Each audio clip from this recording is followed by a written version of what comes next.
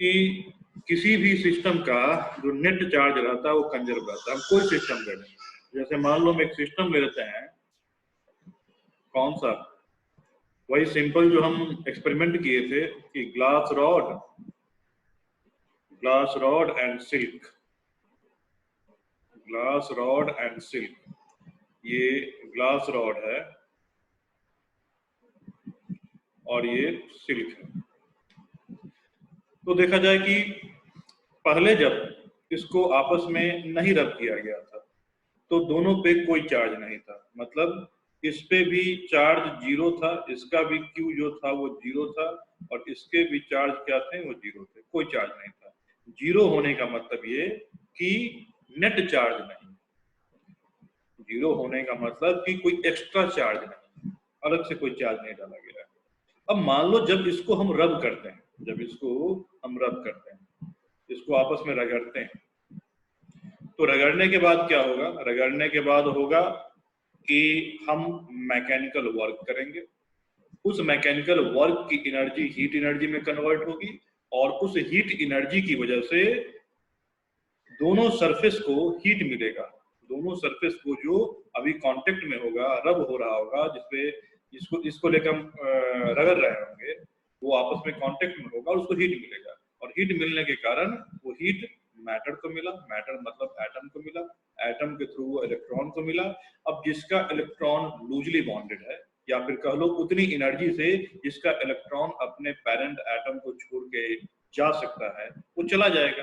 तो हो सकता है पेरेंट एटम को छोड़ के कहाँ, या तो उसी मटेरियल में घूमे, कहीं कहीं अपनी जगह से कहीं और डिस्प्लेस हो जाए, या फिर जो मटेरियल दूसरा उसके फिजिकल कांटेक्ट में तो चला जाए। अब इस पे मान लिया जाए कि ग्लास रॉड से इस पे 5 इलेक्ट्रॉन ट्रांसफर हुआ, 5 इलेक्ट्रॉन, तो हम कहते हैं कि इस पे कितना चार्ज आ गया, हम कहते हैं कि इस पे 5 पॉजिटिव चार्ज आ गया और इस पे 5 नेगेटिव चार्ज आ गया, 5 नेगेटिव चार्ज आ गया। तो इस पे 5 पॉजिटिव चार्ज, इस पे 5 पॉजिटिव चार्ज और इस पे 5 नेगेटिव चार्ज, ठीक है। हमारा सिस्टम कौन सा है, तो हमारा सिस्टम है ये पूरा का पूरा सिस्टम। तो अभी भी देखोगे, अभी भी देखोगे तो इस पूरे सिस्टम का चार्ज कितना है, जीरो है। अभी भी इस पूरे सिस्टम का चार्ज जीरो है। तो हम क्या देखें कि बिफोर रबिंग प्रोसेस सिस्टम का नेट चार्ज कितना था, जीरो था, एंड आफ्टर रबिंग प्रोसेस अभी भी सिस्टम का नेट चार्ज क्या है, जीरो है। बस हुआ ये है कि सिस्टम के जो पार्टिकल हैं, सिस्टम के जो ऑब्जेक्ट हैं, उन ऑब्जेक्ट के बीच में आपस में चार्ज का ट्रांसफर हुआ है, लेकिन अभी भी net charge of system zero. अब ये सिस्टम हमारा कुछ भी हो सकता है, सिस्टम में 2 ऑब्जेक्ट या 2 से अधिक ऑब्जेक्ट हो सकते हैं, कितना बड़ा भी सिस्टम हो सकता है, कितना छोटा भी सिस्टम हो सकता है।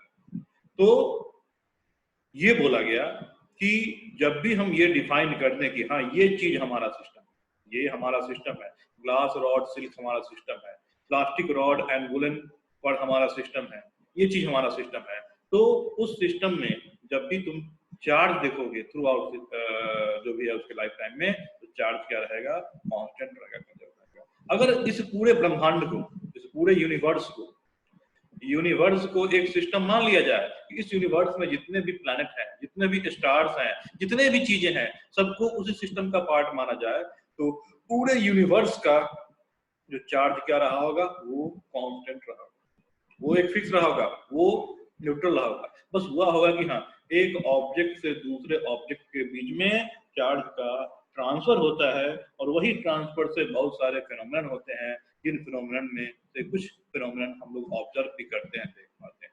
तो इसी के संदर्भ में बोला गया, जो आखिरी प्रॉपर्टी थी कि charge is conserve, charge is conserve. इसका मतलब क्या हुआ, चार्ज इज कंजर्व का मतलब कि इन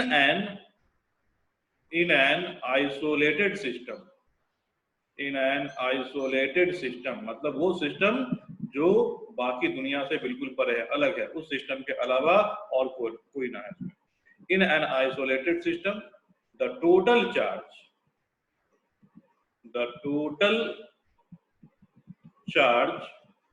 remains फिक्स या कह लो कांस्टेंट, या इसी को हम दूसरे तरीके से बोल सकते हैं कि चार्ज नाइदर क्रिएट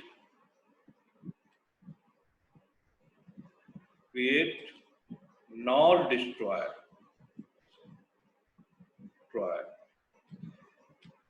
या इसी को हम एक और तरीके से बोल सकते हैं कि equal amount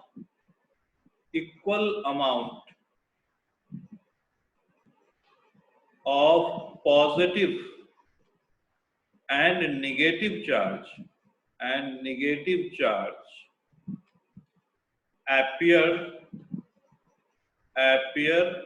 or disappear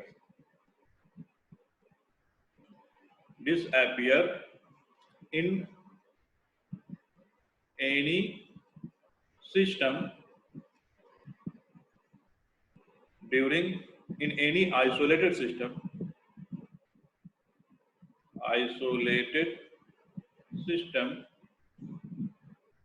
during process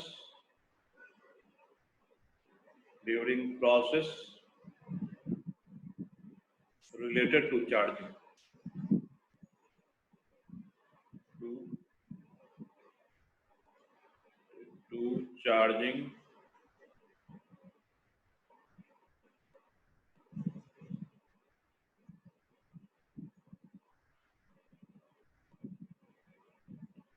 और डिस्चार्जिंग। ठीक है, तो कंजर्वेशन ऑफ चार्ज को इस तरीके से कहा जा सकता है, और इसका एक सिंपल एग्जांपल वही ले सकते हैं हम लोग कि हमने आइसोलेटेड सिस्टम लिया। कौन सा? हमने आइसोलेटेड सिस्टम लिया, ग्लास रॉड का लिया, ये है ग्लास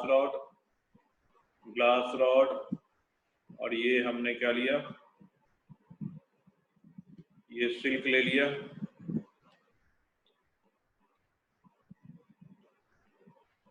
सिल्क, ये है बिफोर रबिंग। जो प्रोसेस यहाँ पे वो कौन सा हो रहा है? चार्जिंग का, रबिंग प्रोसेस हो रहा है। क्यू नेट क्या है अभी सिस्टम पे? वो 0 है। उसके बाद मान लो ये कुछ ऐसा हो गया, इस पे कुछ पॉजिटिव चार्ज आ गया, तो इस पे अगर 4 पॉजिटिव चार्ज आया तो इस पे कितना आएगा? 4 नेगेटिव चार्ज आएगा। ये है आफ्टर रबिंग, ये है आफ्टर रबिंग। अभी भी क्यू नेट क्या है इस पे? अभी भी क्यू नेट 0, अभी भी क्यू नेट इस पे क्या है? 0। क्यू नेट किस पे? सिस्टम पे। क्यू नेट किस पे? सिस्टम पे। हाँ, सिस्टम के अंदर इस पे क्यू कितना आ गया है? 4 पॉजिटिव चार्ज आ गया है, और इस पे कितना आ गया है? Q2 4 नेगेटिव चार्ज आ गया है। लेकिन ओवरऑल सिस्टम का अभी भी चार्ज क्या है? वो 0 है। ये समझ में आ गया? Yes sir. अब इसका एक बिल्कुल क्या बोलो कि कॉन्क्रीट एग्जांपल होता है जो बताया जाता है, वो केमिस्ट्री में भी तुम पढ़े होगे, that is pair production and pair annihilation. नाम सुना है कि नहीं? क्या? चार्ज कंजर्वेशन का एक कॉन्क्रीट एग्जांपल होता है जो हर जगह बताया जाता है। केमिस्ट्री में इसका नाम सुना होगा, pair production and pair annihilation. No sir. नहीं सुना? No sir. कोई बात नहीं, चलो अब बताया तो उसमें कि इसका एक एग्जांपल होता है pair production and pair annihilation. Nuclear chemistry या रेडियो एक्टिविटी में पढ़ाया गया होगा, न्यूक्लियर केमिस्ट्री या रेडियो एक्टिविटी में पढ़ाया होगा। तो देख लो क्या होता है पेयर प्रोडक्शन, पेयर एनहाइलेशन। ये स्क्रीन से हटाएं, अभी वो चैप्टर नहीं पढ़े, बाद पढ़ाया जाएगा। ये स्क्रीन से हटाएं। Yes yes sir. तो one of example of conservation of charge in pair production and pair annihilation.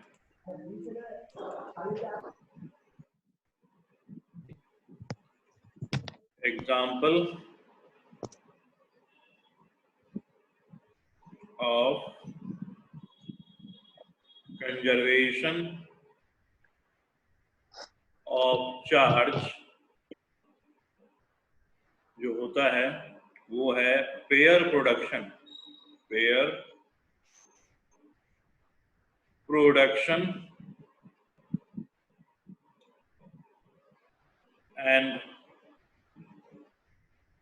pair annihilation.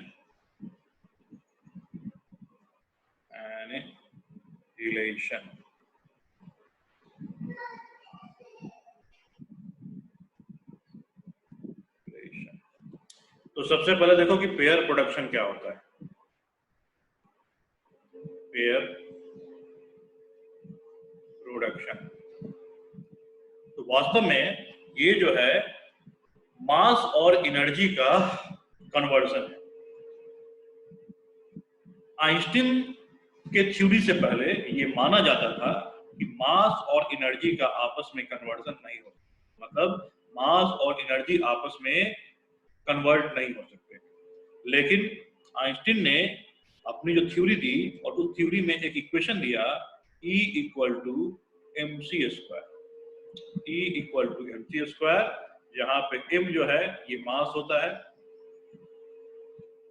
और c जो होती है वो स्पीड ऑफ लाइट होती है in vacuum. c speed of light in vacuum,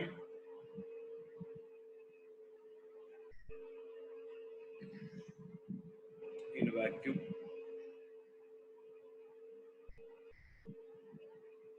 ये होती है। तो आइंस्टीन ने बोला कि अगर मेरे पास 1 kg मास है, 1 kg कोई भी मैटर है, तो उस मैटर से मैक्सिमम एनर्जी कन्वर्ट किया जाता है। और ये होता भी है, न्यूक्लियर रिएक्शन में, न्यूक्लियर रिएक्टर या एटॉमिक बॉम्ब वगैरह जो होता है उसमें जो मास से एनर्जी का, जैसे न्यूट्रॉन प्लूटोनियम हो गया या यूरेनियम हो गया, उसके मास को जो एनर्जी में कन्वर्ट करते हैं तो पूरी एनर्जी निकलती है। In case of nuclear reactor या उसी प्रिंसिपल बेस होता है एटॉमिक बॉम्ब, तो उसमें इसी तरीके से मतलब यही तरीका होता है मास से कितना एनर्जी निकलेगा उसको निकालने का। तो अगर मेरे पास 1 kg मास है, तो उसमें से मैक्सिमम एनर्जी जो निकाली जा सकती है ना, वो कंडीशन होता है कैसे निकलता है, उसका प्रॉपर कंडीशन होता है। हर एक मास से नहीं निकलते हैं, जो वही रेडियो एक्टिव होता है, कुछ खास तरह के एलिमेंट प्लूटोनियम हो गया, यूरेनियम हो गया, उसको फिर प्रोसेस करके निकाला जाता है। तो 1 kg से कितनी एनर्जी निकाली जा सकती है, तो लिखेंगे हम यहाँ पे 1 kg × 3 × 10⁸ है ना, मीटर पर सेकेंड स्क्वायर का होल स्क्वायर, मतलब 9 × 10⁻16 जूल, 9 × 10⁻16 जूल एनर्जी निकलती है। अगर 1 kg मास है तो निकल सकती है। और ये जो एनर्जी है ये ह्यूज अमाउंट ऑफ एनर्जी है। शायद ये इतनी एनर्जी है जिस एनर्जी से ओवरऑल पूरे इंडिया का 3 से 4 साल तक बिजली चलेगा। समझ सकते हो, इतनी एनर्जी है जिससे ओवरऑल इंडिया का जो अभी कंडीशन है उसमें 2 से 3 साल तक की बिजली चलेगी। तो यही 4 आवर लाइट रहेगा तो हाँ 24/7 लाइट रहेगा। तो इतनी एनर्जी आप समझ सकते हो कि न्यूक्लियर एनर्जी में कितना एनर्जी चीप हो जाता है, कितनी आसानी से निकल जाता है। तो यही आइंस्टीन से पहले ये नहीं था कि मास का एनर्जी में कन्वर्जन और एनर्जी का मास में कन्वर्जन पॉसिबल नहीं था, लेकिन आइंस्टीन ने पूरा का पूरा प्रॉपर मेथड दिया, थ्योरी दिया और बोला कि इतनी एनर्जी निकाली जा सकती है। तो ये जो pair production and pair annihilation है, वही न्यूक्लियर रिएक्शन कैसे होता है, कैसे एनर्जी मास कन्वर्जन होता है, उसी का एक एग्जांपल, उसी का कि पेयर प्रोडक्शन में ये है, पेयर प्रोडक्शन में ये साइंस अमेजिंग होता है। पेयर प्रोडक्शन में ये है कि अगर देखो एनर्जी, तो एनर्जी किस फॉर्म में होता है, हम जो एनर्जी देखते हैं आसपास, जो भी एनर्जी देखते हैं मैक्सिमम एनर्जी, तो मैक्सिमम एनर्जी होता है इलेक्ट्रोमैग्नेटिक वेव के फॉर्म में, और उसी इलेक्ट्रोमैग्नेटिक वेव का स्पेक्ट्रम होता है। केमिस्ट्री में इलेक्ट्रोमैग्नेटिक वेव का स्पेक्ट्रम होता है कि सबसे ज्यादा वेवलेंथ और कम फ्रीक्वेंसी का जो वेव होता है वो रेडियो वेव होता है, फिर माइक्रोवेव होता है, फिर इंफ्रारेड होता है, फिर विजुअल लाइट होता है, फिर अल्ट्रावायलेट होता है, फिर एक्सरे होता है, फिर गामा होता है, फिर कॉस्मिक होता है। इस तरह से ये स्पेक्ट्रम बैंड है। और इधर जब हम जाते हैं तो वेवलेंथ जो है वो घटते जाता है और फ्रीक्वेंसी बढ़ते जाता है। फ्रीक्वेंसी बढ़ते जाता है इसका मतलब एनर्जी बढ़ जाता है, और वो एनर्जी किसी पर्टिकुलर वेवलेंथ में कितनी एनर्जी होगी, उस एनर्जी का इक्वेशन प्लैंक ने दिया था, वो h न्यू के इक्वल होता है, जहां न्यू क्या होती है, उसकी फ्रीक्वेंसी होती है। तो जितनी अधिक फ्रीक्वेंसी बढ़ेगी एनर्जी उतना अधिक बढ़ेगा, और ये प्लैंक कांस्टेंट 6.626 into 10 की पावर 34 ऐसे कुछ आसपास होता है ये। तो जितनी अधिक वेवलेंथ होगी, जितनी अधिक फ्रीक्वेंसी होगी, उसकी एनर्जी उतनी अधिक होगी। तो देख सकते हो कि सबसे कम एनर्जी रेडियो वेव में होगा, सबसे कम एनर्जी जो है वो रेडियो वेव में होगा, फिर उसके बाद एनर्जी माइक्रोवेव में, फिर इंफ्रारेड में, फिर विजुअल लाइट में, फिर अल्ट्रावायलेट, फिर एक्सरे, फिर गामा रे, फिर कॉस्मिक रे। ये जो एनर्जी होती है विजुअल लाइट तक की एनर्जी या विजुअल लाइट से पहले वाली एनर्जी, वो हमको नुकसान नहीं पहुंचाती है, मतलब उतनी energy as a human being या कोई भी लिविंग सेल जो झेल लेता है। लेकिन उसके बाद वाली जो एनर्जी होती है, वो एनर्जी काफी ज्यादा एनर्जी होती है, उसको ह्यूमन टिश्यू या ह्यूमन सेल नहीं झेल पाएगा, कोई भी लिविंग सेल नहीं झेल पाएगा। इसीलिए जो अल्ट्रावायलेट हो गया, एक्सरे हो गया, गामा रे हो गया, उसमें काफी ज्यादा एनर्जी होती है। तो पेयर प्रोडक्शन में क्या होता है कि गामा रे को, पेयर प्रोडक्शन में गामा रे, मान लो ये गामा रे आ रहा है, गामा रे, ये गामा रे, तो गामा रे में क्या होता है, बहुत एनर्जी होती है। इतनी एनर्जी से, मतलब ये एनर्जी जब किसी न्यूक्लियस से, कौन से न्यूक्लियस, वही जो न्यूक्लियस क्या हो, थोड़ा सा डिस्टर्ब हो, रेडियो एक्टिव न्यूक्लियस है, तो जब ये किसी न्यूक्लियस से टकराता है, न्यूक्लियस से टकराता है, तो इसके अंदर जाके अपनी एनर्जी और न्यूक्लियस के जो न्यूक्लियॉन्स हैं, जो उसके फंडामेंटल पार्टिकल्स हैं, उन पार्टिकल के साथ इंटरेक्ट करके वहां पे न्यूक्लियर रिएक्शन होता है। और ये न्यूक्लियर रिएक्शन केमिकल रिएक्शन से अलग है।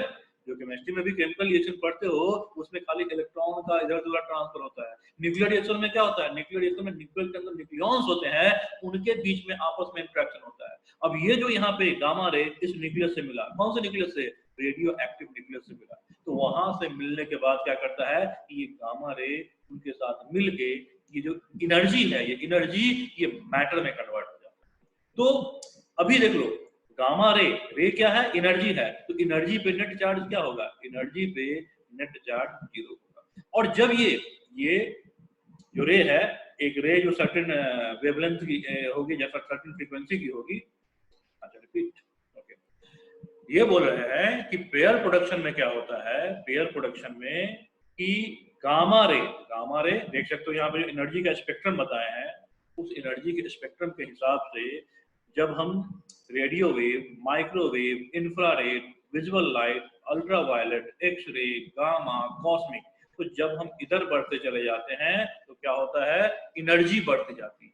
एनर्जी कैसे बढ़ती है कि जब भी हम रेडियो से कॉस्मिक तक जाएंगे, जब भी हम रेडियो वेव से कॉस्मिक वेव तक जाएंगे, तो उसकी वेवलेंथ क्या होता है, तो देखो वेवलेंथ ये हुआ, तो वेवलेंथ ये होता है कि एक बार अपना नेचर कितनी दूरी के बाद, कितना के बाद रिपीट करता है।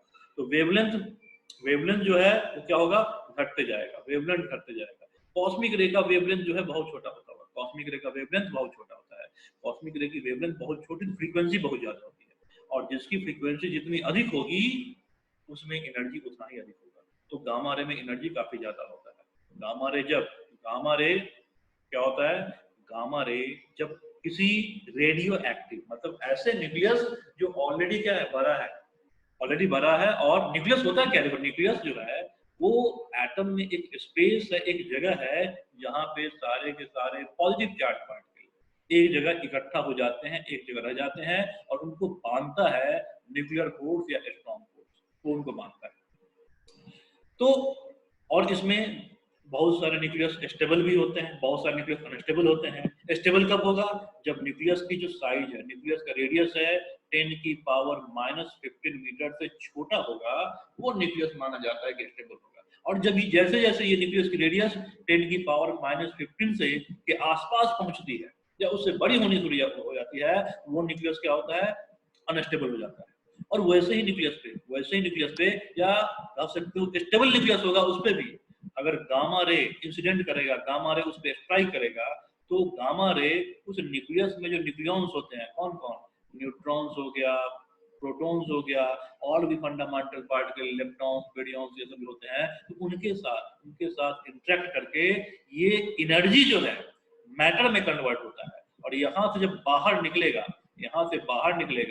तो जो एक सिंगल गामा रे हम लेंगे, एक सिंगल पर्टिकुलर वेवलेंथ का लेंगे, सिंगल फ्रीक्वेंसी का लेंगे, यहाँ पे इस सिंगल रे मतलब यहाँ पे स्ट्राइक किया, तो जब निकलेगा तो यहाँ पे क्या होगा, यहाँ पे मैटर मतलब स्ट्राइक करने के बाद यहाँ से मैटर निकलेगा, तो यहाँ क्या निकलता है, यहाँ पे इलेक्ट्रॉन निकलता है। गामा रे स्ट्राइक करने के बाद क्या होता है कि इलेक्ट्रॉन निकलता है, इलेक्ट्रॉन और पॉजिट्रॉन निकलता है, पॉजिटिव इलेक्ट्रॉन, ये होता है पॉजिट्रॉन।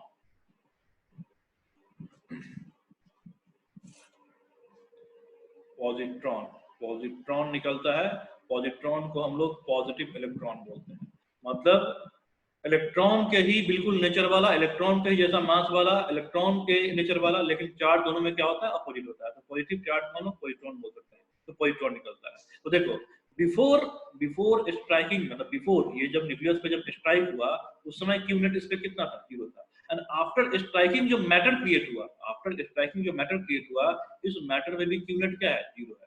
क्योंकि जब इन दोनों के हम चार्ज को एड अप करेंगे, इन दोनों के चार्ज को एड अप करेंगे, नेट चार्ज कितना आ जाएगा, 0 हो जाएगा। तो यही जो प्रोसेस होता है कि गामा रे न्यूक्लियस पे टकराया और टकराने के बाद, गामा रे न्यूक्लियस पे टकराया एंड टकराने के बाद, अरे न्यूक्लियस में इलेक्ट्रॉन नहीं होता है भाई, न्यूक्लियस में इलेक्ट्रॉन नहीं होता, वो वहां पे न्यूक्लियर रिएक्शन होता है। और न्यूक्लियर रिएक्शन होने के बाद ये यहाँ से दोनों पार्टिकल निकल के, मतलब दोनों पार्टिकल जो है वो बाहर निकल जाते हैं।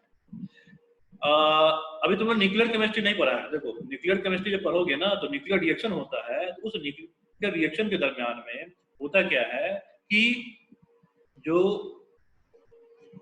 न्यूट्रॉन होता है, न्यूट्रॉन तुम ऐसे देख सकते हो, न्यूट्रॉन, तो न्यूट्रॉन पे कोई चार्ज नहीं होता, न्यूट्रॉन पे चार्ज 0 होता है। तो जब इस न्यूट्रॉन को एनर्जी मिलेगी, जब इस न्यूट्रॉन को एनर्जी मिलेगी, ये न्यूट्रॉन जो है फर्दर ब्रेक हो जाता है 2 पार्ट में। कौन कौन पार्ट में, तो एक पार्ट प्रोटॉन बन के निकलता है और एक पार्ट न्यूट्रॉन बन के निकलता है। तो ये सारे के सारे न्यूक्लियर रिएक्शन हैं, वहां पे होता नहीं है।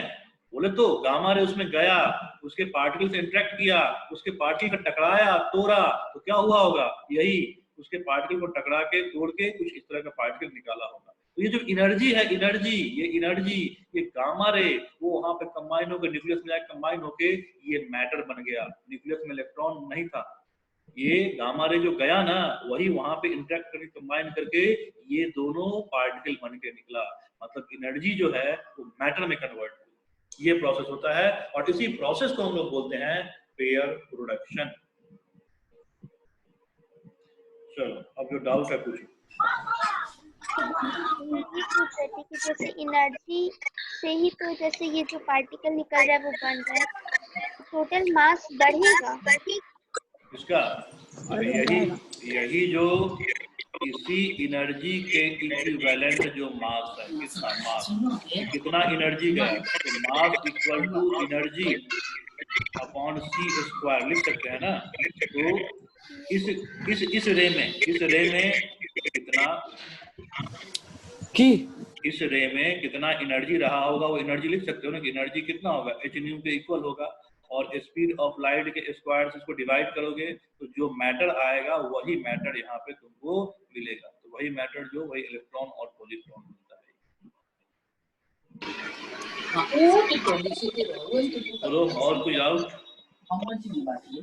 इलेक्ट्रॉन और पॉजिट्रॉन एनर्जी से बना है, न्यूक्लियस में पहले से नहीं था। नहीं पहले से प्रेजेंट नहीं है। वो गामा रे न्यूक्लियस के अंदर जाता है, टकराता है और उसी गामा रे जो है उसमें न्यूक्लियर रिएक्शन होता है और न्यूक्लियर रिएक्शन के दरमियान में ये बन के बाहर से फेंका जाता है, उसके अंदर सर तो सिर्फ न्यूट्रॉन सर बनता है ना, प्रोटॉन जो पहले से होगा वो? अरे नहीं, वो उसमें और भी फंडामेंटल पार्टिकल होते हैं ना। हमें जो बताया गया है कि केवल न्यूट्रॉन एंड प्रोटॉन होता है, उसके अंदर और फंडामेंटल पार्टिकल होते हैं। तो इसके बारे में क्या क्या होता है, कैसे होता है, तो जब न्यूक्लियर फिजिक्स पढ़ोगे एडवांस लेवल पे उसमें बताया जाता है। पॉजिट्रॉन और प्रोटॉन में डिफरेंस है, पॉजिट्रॉन एंड प्रोटॉन में डिफरेंस है। पॉजिट्रॉन का मास काफी निग्लिजिबल होता है, प्रोटॉन का मास ज्यादा होता है। मतलब पॉजिट्रॉन और है ना, जब इलेक्ट्रॉन का मास और पॉजिट्रॉन का मास सेम होगा, बट प्रोटॉन का मास क्या होता है, इलेक्ट्रॉन के मास से करीब 2000 टाइम्स ज्यादा होता है। तो गुंजा ने क्वेश्चन पूछा था कि पॉजिट्रॉन और प्रोटॉन में क्या डिफरेंस होगा। पॉजिट्रॉन अलग है, पॉजिट्रॉन जो है वो पॉजिटिव इलेक्ट्रॉन है, मतलब ऐसा इलेक्ट्रॉन जिसपे पॉजिटिव चार्ज है। बाकी सारा नेचर उसका इलेक्ट्रॉन जैसा ही है, बस चार्ज क्या है उस पर पॉजिटिव है, मास बिल्कुल इलेक्ट्रॉन जैसा है। और भी पार्टिकल निकलते हैं, मैंने तो केवल 2 ही नाम दिया ना, और पार्टिकल निकलते हैं, न्यूट्रिनो निकलता है, एंटी न्यूट्रिनो निकलता है, जिसको हम डार्क मैटर बोलते हैं, ये सब निकलता है उसमें। तो तुम्हें केवल इस पे यहाँ ध्यान देना है कि ये जो है पेयर प्रोडक्शन वो क्या हुआ। तो पेयर प्रोडक्शन में क्या हुआ, एनर्जी मास में कन्वर्ट हुआ। तो एनर्जी जब पहले था तो उस पर क्या चार्ज था, 0 था, एनर्जी क्या था, उस पर 0 था, और जब मास में कन्वर्ट हो गया तो 2 पेयर ऑफ पार्टिकल निकले, इसलिए इसका नाम पेयर ऑफ प्रोडक्शन होता है। एक पेयर ऑफ पार्टिकल निकला। कौन पार्टिकल, तो एक निकला इलेक्ट्रॉन, और एक इलेक्ट्रॉन के नेचर के जैसा ही पार्टिकल निकला, बस उस पर चार्ज क्या था, पॉजिटिव था, उस पर चार्ज क्या था, पॉजिटिव था।